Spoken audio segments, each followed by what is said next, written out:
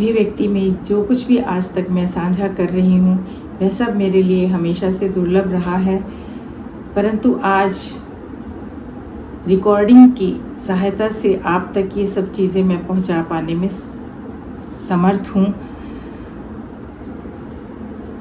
पूज्य उषा बहन जी एक महान संत रही।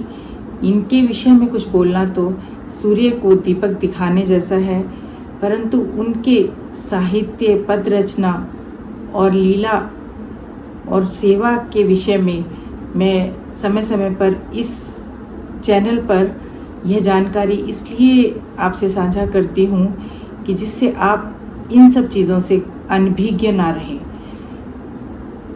आगे भी मैं यह प्रयास मेरा जारी है और इसके विषय में आप जितनी भी वीडियो अभी तक 2 वर्ष में मैंने बनाई उन सब को देखने के लिए आप इसी के लिंक पर जाकर सभी वीडियोस देख सकते हैं और अधिक जानकारी के लिए आप हरिहर जी ब्लॉग में भी जाकर उनके विषय में जानकारी हासिल कर सकते हैं।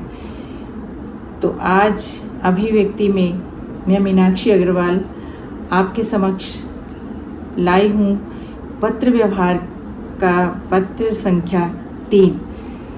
इस पत्र में पूज्य उषा बहन जी ने हरि नाम की दृढ़ निष्ठा के विषय में बताया है, जिसमें कि उन्होंने श्री श्री चैतन्य चरितावली से एक प्रसंग श्री श्री वास पंडित जी का लिया है। आपके सभी संतापों को किस प्रकार श्री ठाकुर जी अपने हृदय में धारण करते हैं और कैसे उसका निवारण करते हैं, इस विषय में भी इस पत्र में उन्होंने संकेत दिया है। श्री जयदेव जी के द्वारा रचित गीत गोविंद की एक पंक्ति के माध्यम से उन्होंने यहाँ पे एक बहुत सुंदर प्रसंग दिया है। आइए सुनते हैं उन्हीं की रहस्यपूर्ण वाणी में यह वार्ता।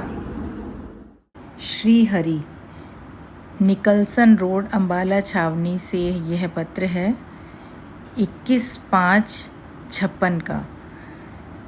प्रिय बहन, सस्नेह जय श्री हरि।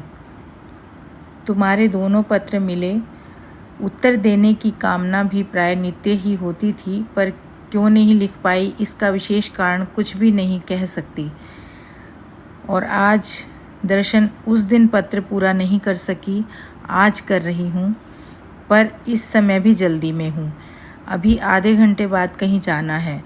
आज संध्या को 7:30 से रात के 10-10:15 तक यहाँ श्री हरि नाम संकीर्तन रहेगा। आज पूर्णिमा है और ग्रहण भी। आज दोपहर भी बड़ा अच्छा समय बीता। श्री भागवत स्तुति संग्रह में भी भ्रमर गीत का प्रसंग था और फिर श्री श्री चैतन्य चरितावली में श्री श्रीवास पंडित की हरि नाम निष्ठा का वर्णन आया। मुझ पाषाण के नेत्रों में भी क्षणिक रस छा गया। वह श्री श्री चैतन्य चरितावली से एक चरित्र श्री श्रीवास पंडित जी का है, उसके विषय में वे यहाँ लिख रही हैं, जिनकी नाम दृढ़ निष्ठा अद्वितीय थी। उसके विषय में उन्होंने लिखा है, मुझ पाषाण के नेत्रों में भी क्षणिक रस छा गया।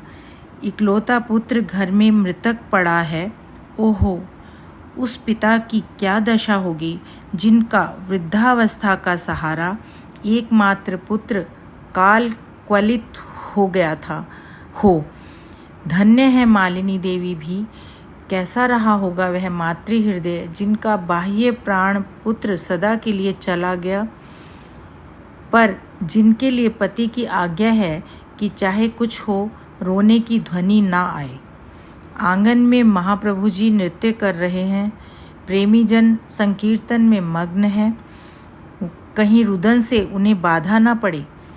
पत्नी को आदेश देकर मृतक पुत्र के शीश पर हाथ फेरकर वृद्ध पंडित फिर कीर्तन मंडली में आ गए और उसी प्रकार प्रेम विभोर होकर कीर्तन करने लगे। धन्य है ऐसी नाम निष्ठा, ऐसा कीर्तन प्रेम।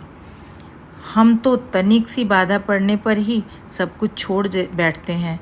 कहने लगते हैं हमारा मन अशांत हो गया, स्थिर नहीं है। इन श्रीवास महोदय के पाद पंकजों में शत शत प्रणाम है।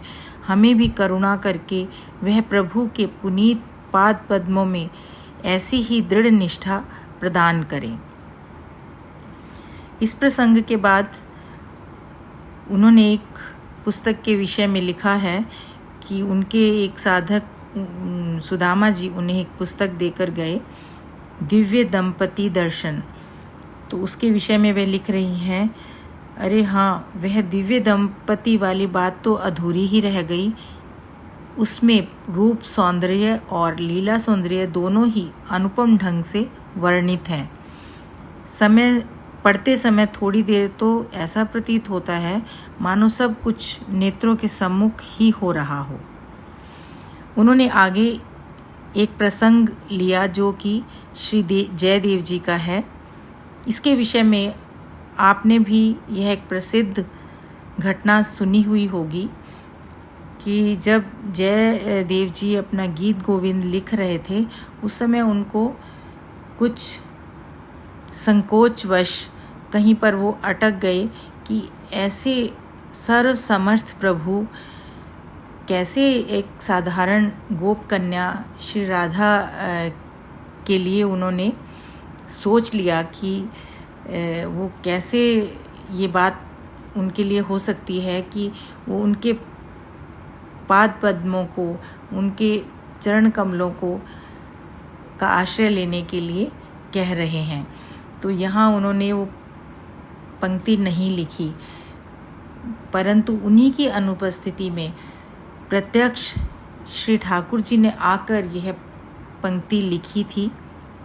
ऐसी घटना प्रसिद्ध है, देही में पद पल्लव मुदारम।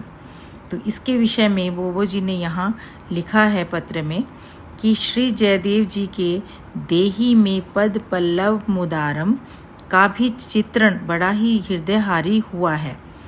अब उसका तो मुझे कुछ स्मरण नहीं आ रहा, पर अभी लिखते लिखते इसी पद पर एक विचार आया, सुन लो। भगवान भी क्या करें, हम जैसे दीनहीन जन जब अपने समस्त ताप लिए उसकी ओर करुण विह्वल दृष्टि से देखते हैं, वह परम कारुणिक नंदन वह सब संताप अपने पर धारण कर लेते हैं, हमें उन संतापों से मुक्त कर देते हैं। तभी भगवान सुखदेव ने जी कहते हैं, तव कथामृतम तप्त जीवनम। आपका कथामृत तप्त जीवन पर रस उड़ेलना है। यानी जो कथा अमृत है वह तपते हुए जीवन पर रस उड़ेलती है, यानी उसको शांत करती है, हमारे तप जीवन को। हाँ, तो सारे संतापों को अपने पर धारण करके यह अकारण उसे यूं ही भस्मीभूत करके फेंक नहीं देते, बल्कि उपहार समझकर अक्षय कोश की भांति उसे अपने हृदय में छिपा लेते हैं। इसका यहाँ अर्थ है कि प्रभु जो भी हम संताप उनको देते हैं या उनको वो हरण करते हैं हमारे संतापों का, उन संतापों के विषय में लिखा है कि वो उसको भस्मीभूत करके फेंक नहीं देते, अपितु उनको उपहार समझकर अपने हृदय में उसको धारण कर लेते हैं, छिपा लेते हैं। और उस पर यह भी चाहते हैं कि किसी सुशीतल स्पर्श से वह ताप शांत हो जाए, जो उनके हृदय में ऐसा ताप बन गया है वह भी शांत हो जाए, समाप्त ना हो लेकिन शांत हो जाए।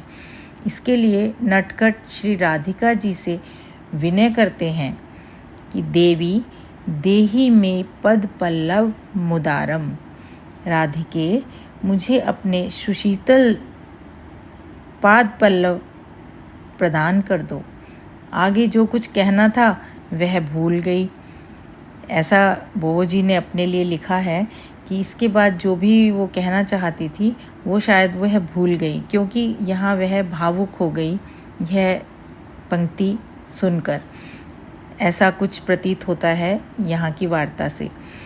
आगे जो कुछ कहना था वह मैं भूल गई। वैसे भी जो हृदय महसूस कर रहा था, शब्द उसे व्यक्त नहीं कर पा रहे।